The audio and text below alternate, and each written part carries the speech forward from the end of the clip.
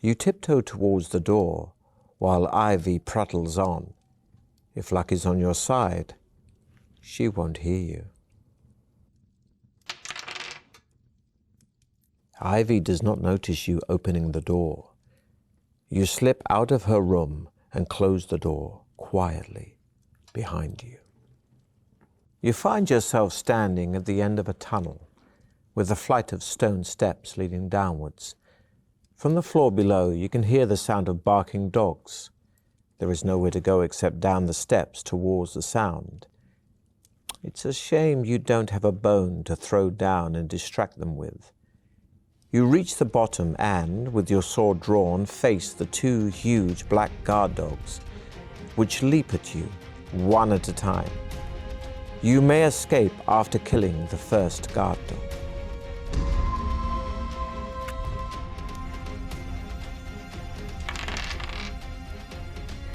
The dog snaps at you with its vicious teeth, but you're able to smash the hilt of your sword into its outstretched neck.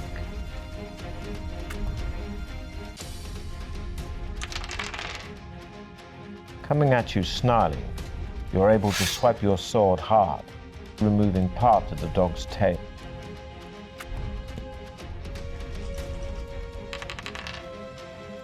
You're able to grab the rear leg of the dog and flip it over, smashing its head into the ground.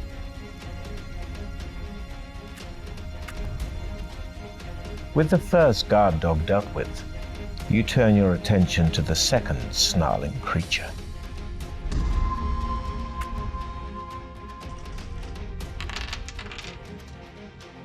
The dog snaps at you with its vicious teeth, but you're able to smash the hilt of your sword into its outstretched neck.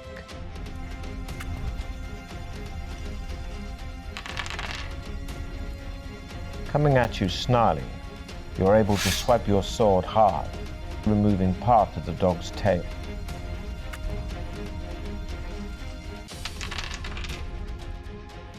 You're able to grab the rear leg of the dog and flip it over, smashing its head into the ground. Standing over your now motionless foe, you see a metal capsule attached to the collar of one of the guard dogs. You prise off the top and find a small tooth inside. It is a leprechaun's tooth, which will bring you good fortune, already gaining you 2 luck points. You put the tooth in your pocket and set off east along the tunnel. The tunnel veers sharply to the left and comes to an end at a high wall in which there is a door. You hear a ferocious roar from the other side of the wall, and you wonder what gargantuan beast could make such a noise. You tie the rope to the grappling iron and hurl it over the top of the wall. Its hooks dig into the stone, and you begin to haul yourself up. Peering over the top of the wall, you see an enormous dinosaur-like monster thrashing about in a sand-covered pit. Its tough hide is a mottled green color, and it stands some 10 meters tall on its muscular hind legs. Rows of razor-sharp teeth line its gigantic jaws, which open and close with bone-snapping power. There is a large double door in the wall on the far side of the pit, which appears to be the only way out of this section of the dungeon.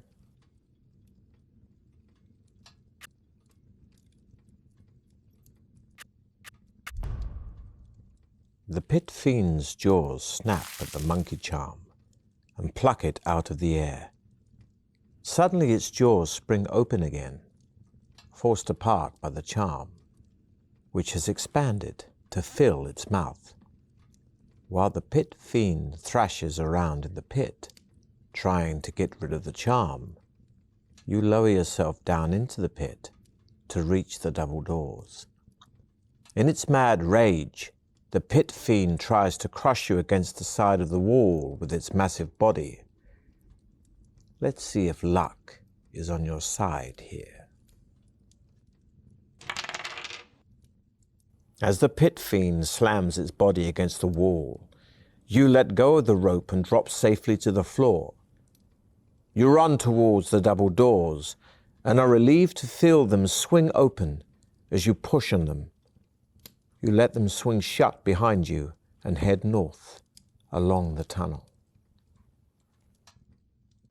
Walking along, you see a red line painted across the tunnel floor and notice a sign on the wall which reads, "No weapons beyond this point."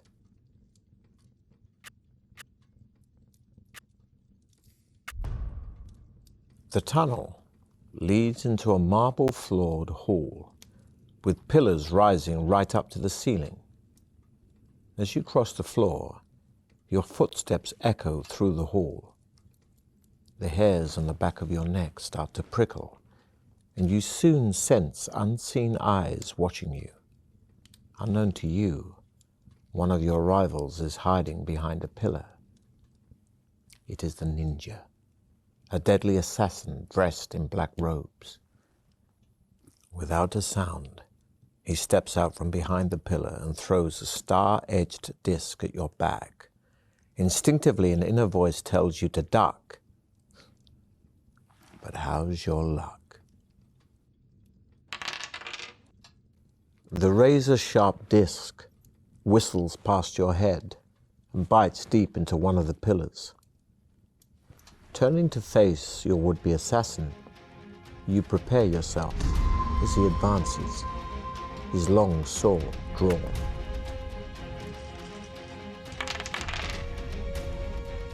The ninja leaps at you, his sword screeching toward your head, but you parry and are able to kick the fighter directly in the stomach.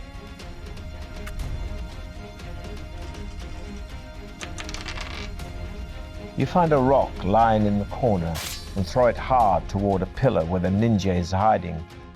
As he looks around it, the rock hits him agonizingly in the face.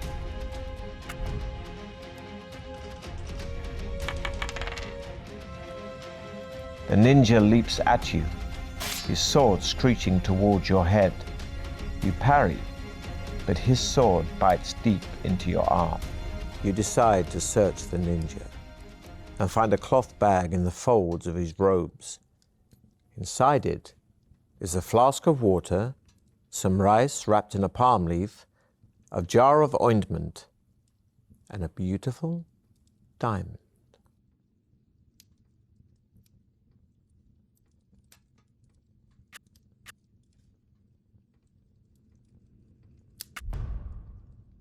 The ninja's rations are basic but welcome, increasing your stamina by 1 point.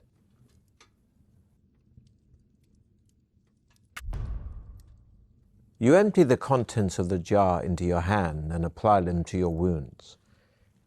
Their healing powers take immediate effect, and you feel yourself growing stronger, increasing your stamina by 3 points. You leave the hall, taking just the diamond with you. The only possible way out of the hall, as far as you can see, is by using the chute in the northern wall. You decide to give it a go and climb into the chute. You slide down gently, landing on your back in another room. As soon as you stand up, you are confronted by the most repulsive sight you have ever laid eyes on. There in front of you, wallowing in a circular pool of fetid slime, is a bulbous creature too horrible to be believed. Its body is green and covered all over with fearsome-looking spikes. Its face is a mass of crimson blisters.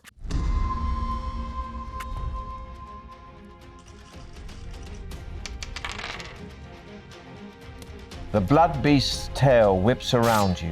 You duck, but not quickly enough, and it punctures your arm deeply.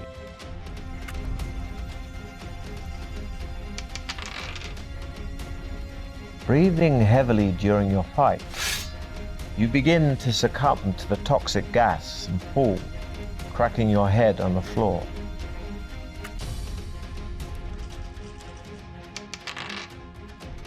The creature reaches for you with its mouth in the pool. You step back to avoid it, but slip on its fetid slime it sinks its teeth into your ankle, costing you precious stamina. Your blade strikes one of the blood beast's real eyes with devastating effect. It slumps back into its pool. The tunnel leads into a large room. Its ceilings, you recognize the beast. It is a manticore. You raise your shield in front of you just in time to protect yourself from a volley of spikes.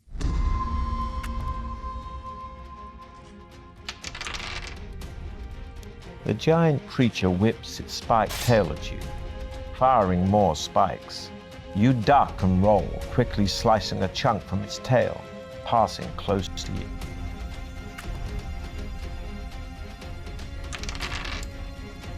You seize an opportunity to attack the creature's back leg and manage to bury your sword deep into its thigh.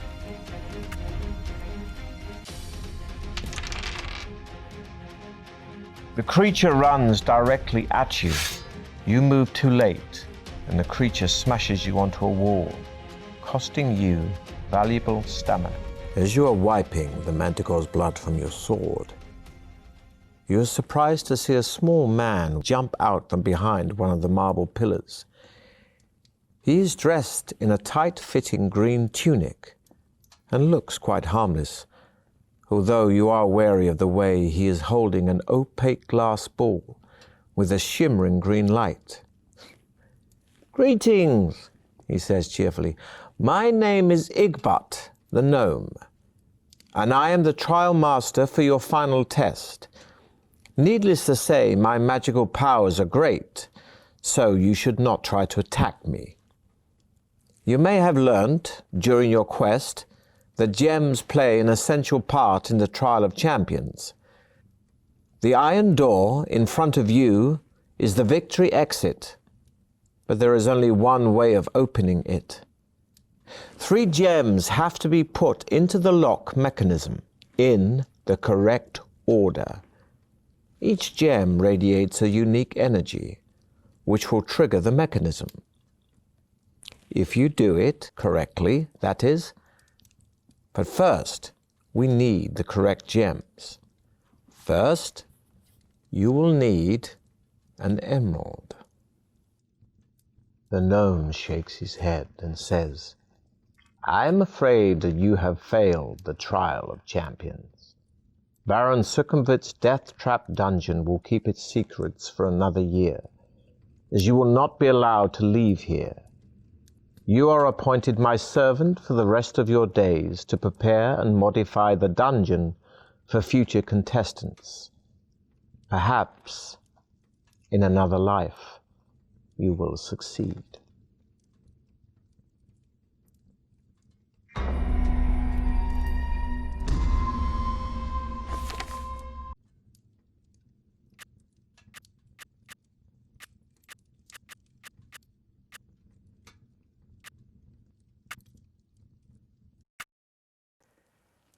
The clamour of the excited spectators gradually fades behind you.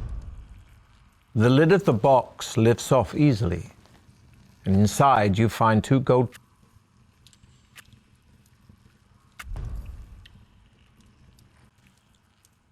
Ahead, you can see a large obstruction. You see that the obstruction is a large brown boulder-like object. You touch it with your hand and are surprised to find that it is soft and spongy.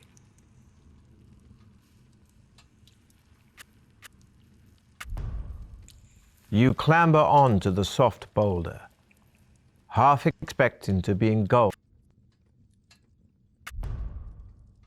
The water in the bamboo pipe is welcomely refreshing and adds one. Although the temperature in the tunnel is higher than you could normally tolerate, the liquid. The small plate slides open easily, and you find yourself peering into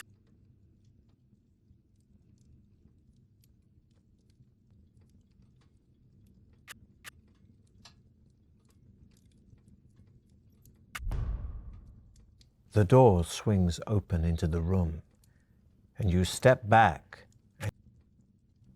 Ahead, you see that the tunnel turns sharply to the left. The orcs roar. And as you draw your sword, one of them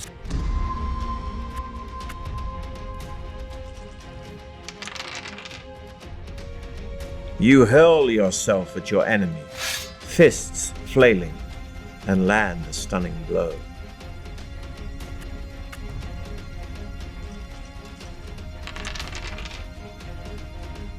You drop to the ground, sweeping away the orc's legs. Its head hits the ground hard with a sickening crunch.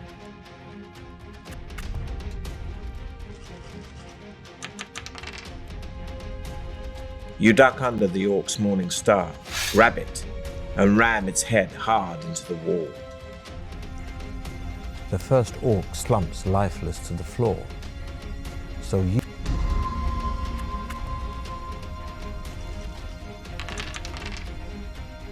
you hurl yourself at your enemy, fists flailing, and land a stunning blow.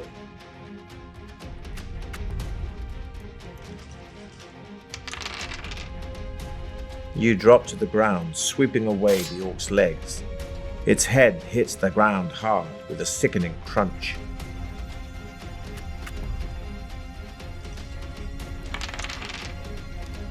You duck under the orc's morning star, grab it, and ram its head hard into the wall. Your fists are sore from the fight, but you pick up your sword and see if the orcs had anything of use. Inside one of the orc's pockets, you find one gold piece and a hollow wooden tube. You put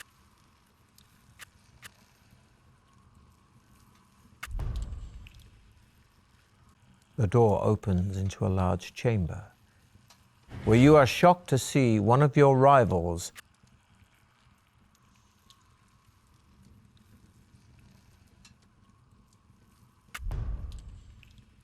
The pouch on the barbarian's belt is empty, apart from some. The meat contains herbs which increase your strength, adding 3 to your stamina score.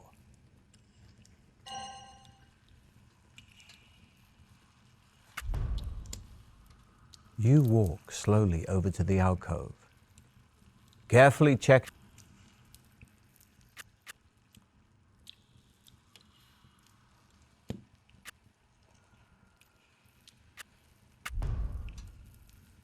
As you lift the goblet, it releases a sprung catch, and a dart shoots out of the wooden table leg. Your reflexes are sharp, and you quickly jump aside. The dart whistles past, only just missing you, and thuds into the opposite wall. You see the goblet lying on the floor, and the red liquid running away in rivulets over the grey stone. At least the goblet may be of use. So you put it in your backpack, leave the chamber, and continue west. The passage soon leads to a junction, where you notice more footprints on the floor. There is a large idol in the center of the cavern that must be 6 meters high.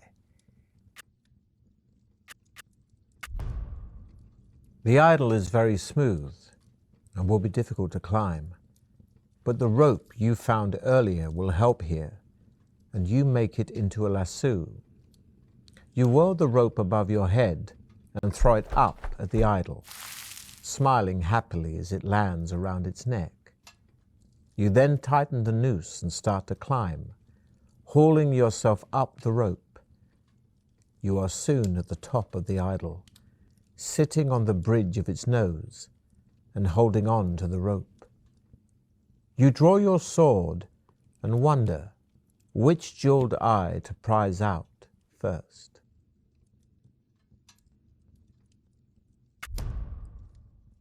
As you touch the idol's emerald eye, you hear a creaking sound below you. looking down. You are shocked to see the two stuffed birds flying off. Their wings flap in jerky movements, but they are soon above you and look set to attack. You'll fight the flying guardians one at a time, but reduce your skill by 2 during this combat because of your restricted position.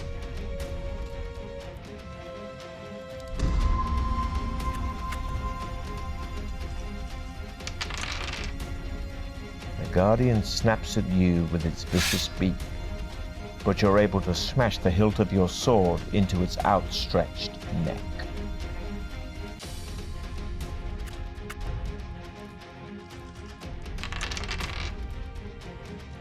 Coming at you with its razor-sharp talons, you're able to swipe your sword, partially removing one of the guardian's toes.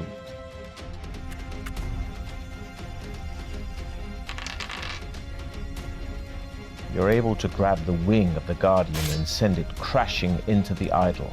It recovers, but you took some of its stamina. The crumpled form of the first flying guardian falls crashing to the floor. So you ready yourself to take on the second.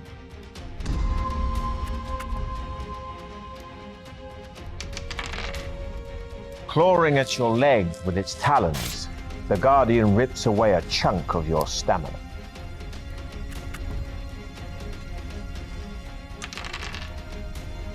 The guardian snaps at you with its vicious beak, but you're able to smash the hilt of your sword into its outstretched neck.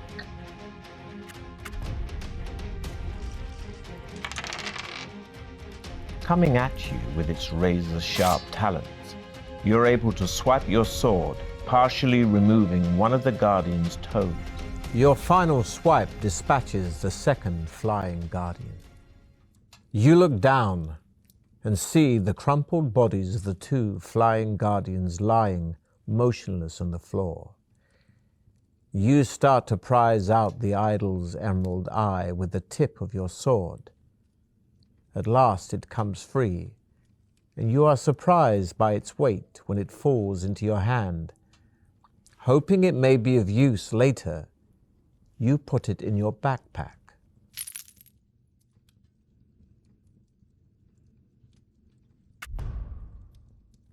You try to force the point of your sword under the emerald eye.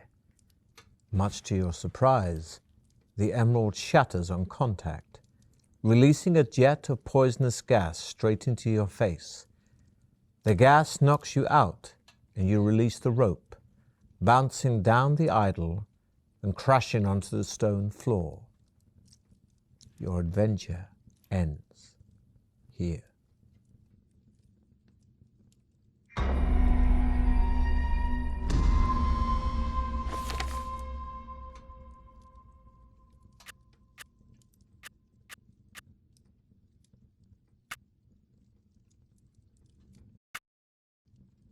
There is a large idol in the center of the cavern that must be 6. The idol is very smooth and will be difficult to climb, but the rope you... As you touch the idol's emerald eye, you hear a creaking sound below you.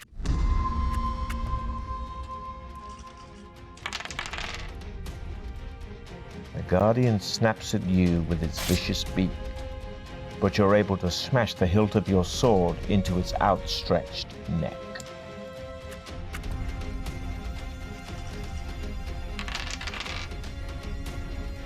You lunge for the creature as it flies above you, but your sword clangs into the statue. Neither of you are harmed.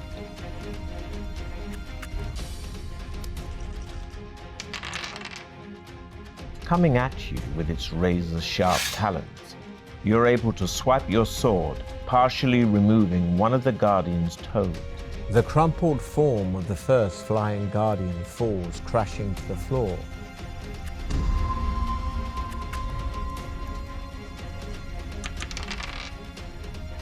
You're able to grab the wing of the guardian and send it crashing into the idol. It recovers, but you took some of its stamina.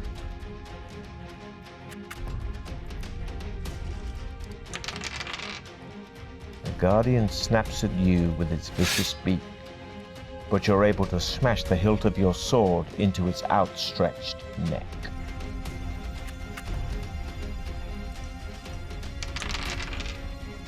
Coming at you with its razor-sharp talons, you're able to swipe your sword, partially removing one of the guardian's toes. Your final swipe dispatches the second flying guardian.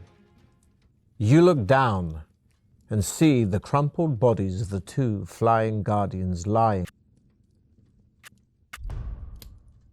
Back on solid ground once again on the cavern floor, you try to shake the rope off the idol's neck. This will be a test of your luck. Remember, 2 dice are rolled.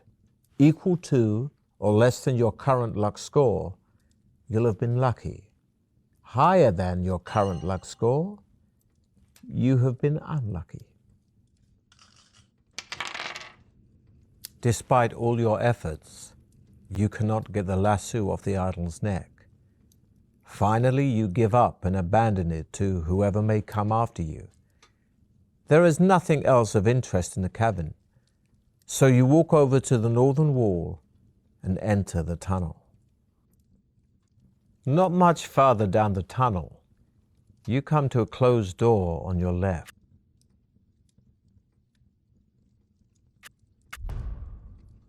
The tunnel twists and turns, but keeps steadily north. Ahead, you see. As soon as your head goes under the blue light, you hear the sound of muffled voices. The faces are no longer laughing. You come to an arched doorway set in the right-hand wall of the tunnel. The heavy stone door is closed, but there is an iron.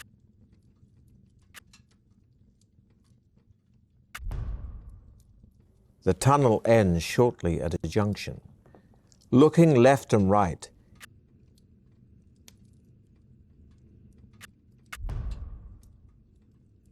you walk down the passage and soon find yourself standing at the edge of a deep, dark pit.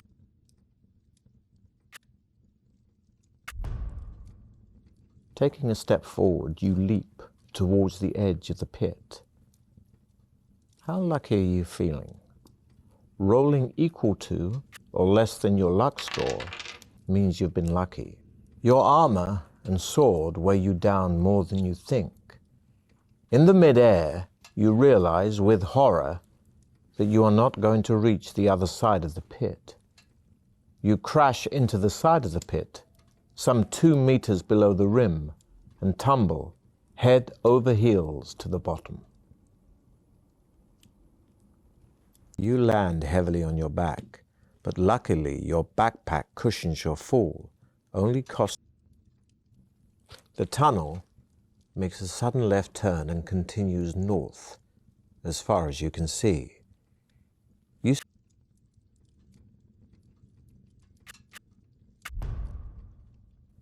The door opens into a large candlelit room filled with incredibly lifelike.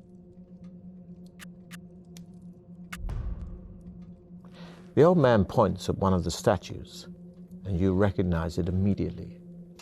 It is the knight who started the trial of champions, the agonized look on his face locked in stone for eternity. Still smiling, the old man looks at you and says, "Well done, stranger. You have answered correctly. I wish you good fortune during the rest of the trial of champions." Only a few meters further down the passage, you see another closed door in the left.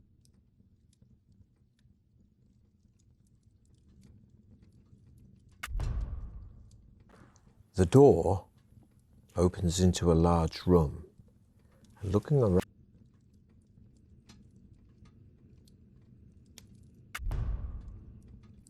touching the parchment has precisely the effect you had feared.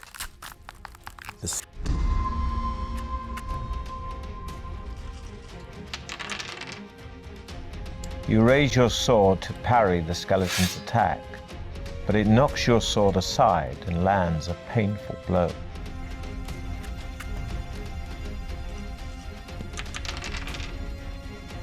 You both swing for each other, and in the confusion, both miss.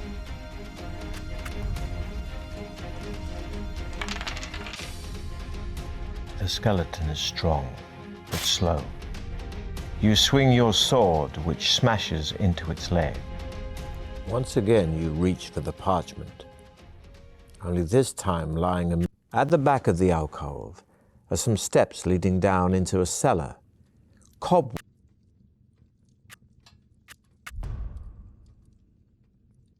The tunnel continues west for several hundred meters.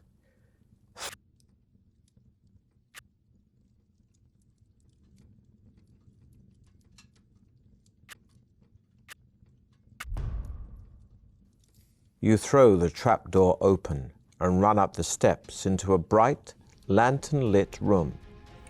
2 goblins.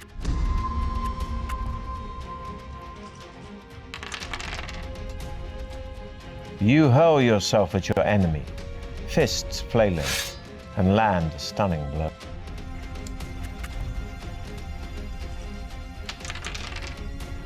You both swing for each other, and in the confusion, both miss.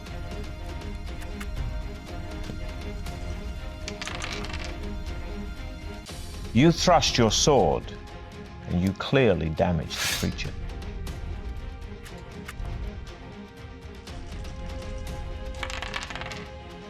You lunge at the creature's stomach with your sword drawn, but the creature whips around, parrying your blow. Neither of you are harmed.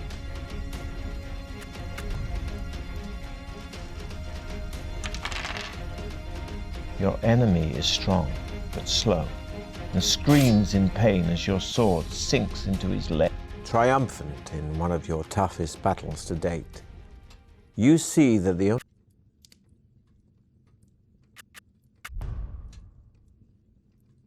door opens into another tunnel, which rises gently.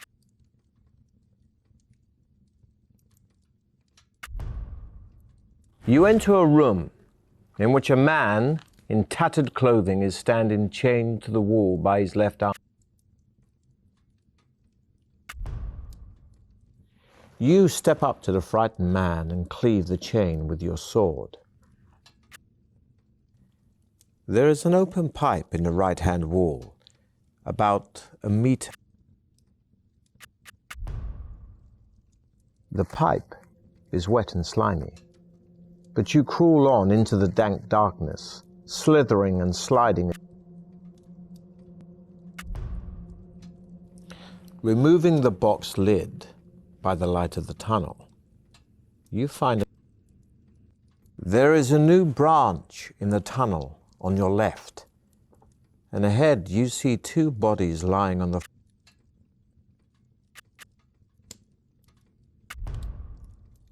The necklace is an amulet of strength, which adds 1 skill point, and the tunnel soon ends at a junction. Standing there alone and wondering which way to go is one of your rivals.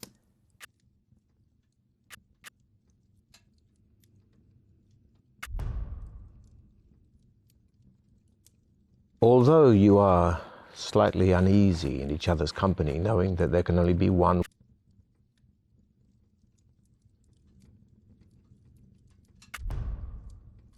you tie the rope around your waist and take hold of the lighted torch given to you by Throm, as your barbarian ally calls himself. On a stone ledge in the tunnel wall, you see 2 dusty leather-bound books.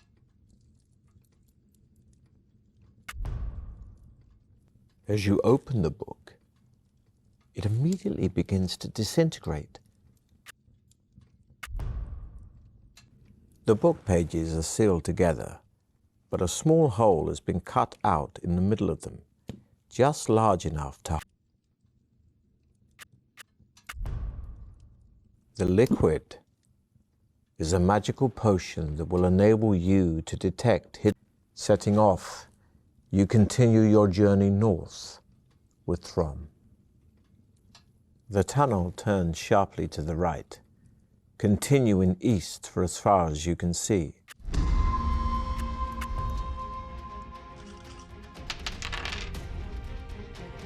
You hurl yourself at your enemy, fists flailing, and land a stunning blow.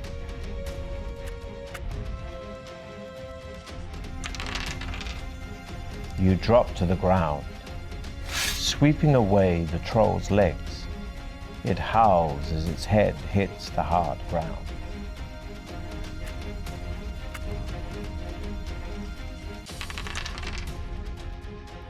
You drop to the ground, grab the creature, and ram its head hard into the wall. You look to the left and see Throm standing over the cave troll he has slain. As soon as you put the ring on your finger, your whole body starts to shake. We'll see how skillful you really are. Your body continues to vibrate intensely, and you feel as if you're about to pass out. But your strength is great, and you manage to withstand the tremendous shock to your system. Finally, you calm down and begin to feel the ring's beneficial powers working on you and adding 3 stamina points. You see Throm looking at you anxiously, so you reassure him that you are fully recovered. He strides off east, and you follow him eagerly. The tunnel leads into a damp cavern with a high ceiling and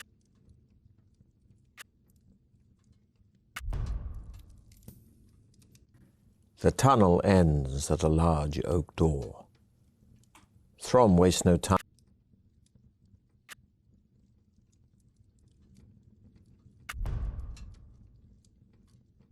You tell Throm that there is no point in killing the dwarf, as you will never find your way out of the chamber.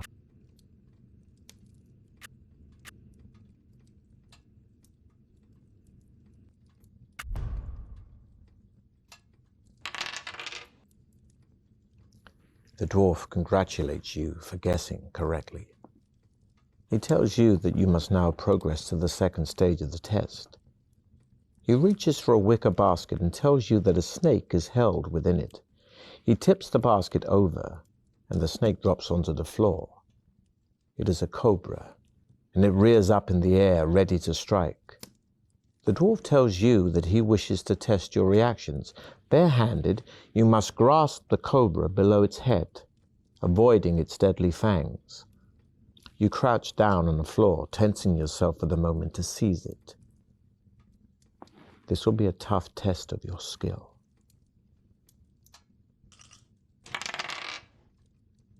With lightning speed, you thrust your hand out and grip the cobra just below its open mouth. You lift it up, and with your arm outstretched, you dangle it in front of the dwarf. He doesn't flinch, but says in his calm, expressionless way, "Please put the cobra back in the basket and prepare for the final part of the test. Follow me." You do what he says and follow him back into the chamber, where Throm is pacing up and down, obviously ill at ease. You wave to him while the dwarf opens a second secret door and tells you to walk on through and wait for him.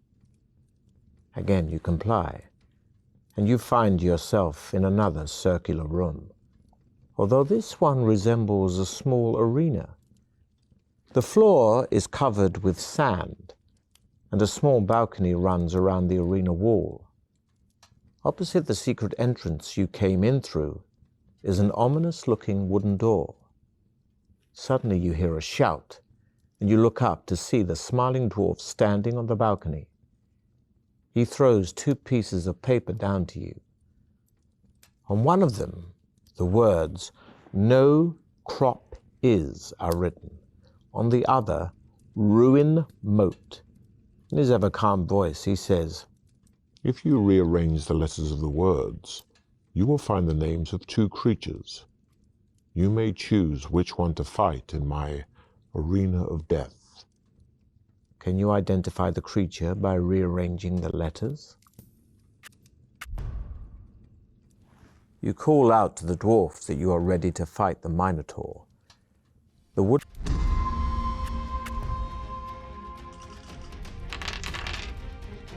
Minotaur swings its huge axe above its head. You step aside as it smashes into the floor. You're able to land an attack from the side.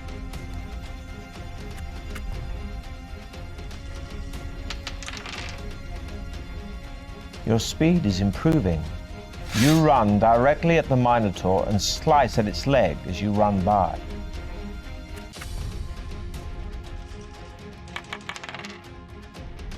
The Minotaur leans forward and takes a run at you. Speed is impressive, but you duck and roll aside, landing a heavy blow on its shin. The dwarf calls down from the balcony, congratulating you on your victory. The food and drink are excellent, and you feel much better, gaining 2 more stamina. After about 20 minutes, the dwarf reappears on the balcony. He calls down.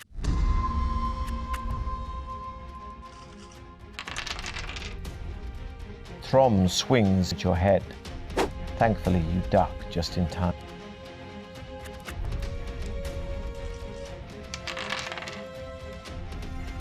You parry Throm's attack, but he is too strong, and you trip, cracking your head on the floor as you fall.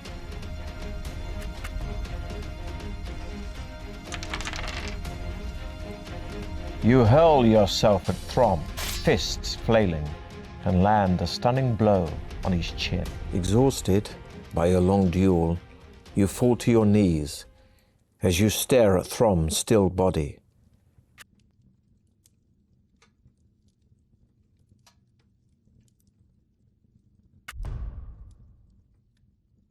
The tunnel soon divides into 2.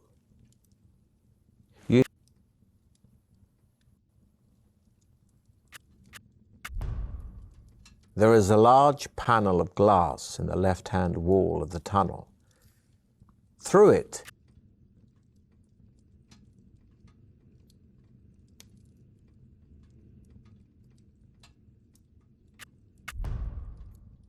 ahead, in the far distance, you hear the sound of slow footsteps coming towards you.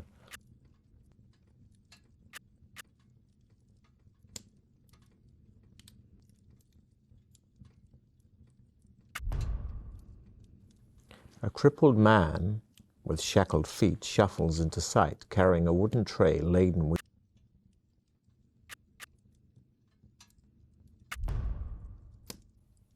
He looks at you warily when you tell him you are a contestant in the Trial of Champions. You ask him what he is doing in the tunnels, and he replies, rather reluctantly, that he is a servant of one of the trial masters, Baron Succumvit's appointed controllers of the sections of his dungeon. After chatting for a while, he admits that he would like to escape, but no one is allowed to leave the dungeon in case they reveal the secrets of its construction. He tells you that he hopes one day to bribe his way out, and that for 1 gold piece, he will tell you where some treasure is hidden. He takes your gold piece and tells you that in a northern tunnel there is a wooden chair carved in the shape of a demon bird. In the arm of the chair is a secret panel which contains a potion in a glass phial. It's a doppelganger potion, if I remember right. Good luck. I hope we meet again outside these infernal tunnels. The man shuffles off, and you continue your journey. After a short while, you arrive at another junction in the tunnel, with a choice of 2 directions. Set back in the arched alcove in the tunnel wall, you see an ornate wooden chair carved in the shape of a demon-like bird of prey.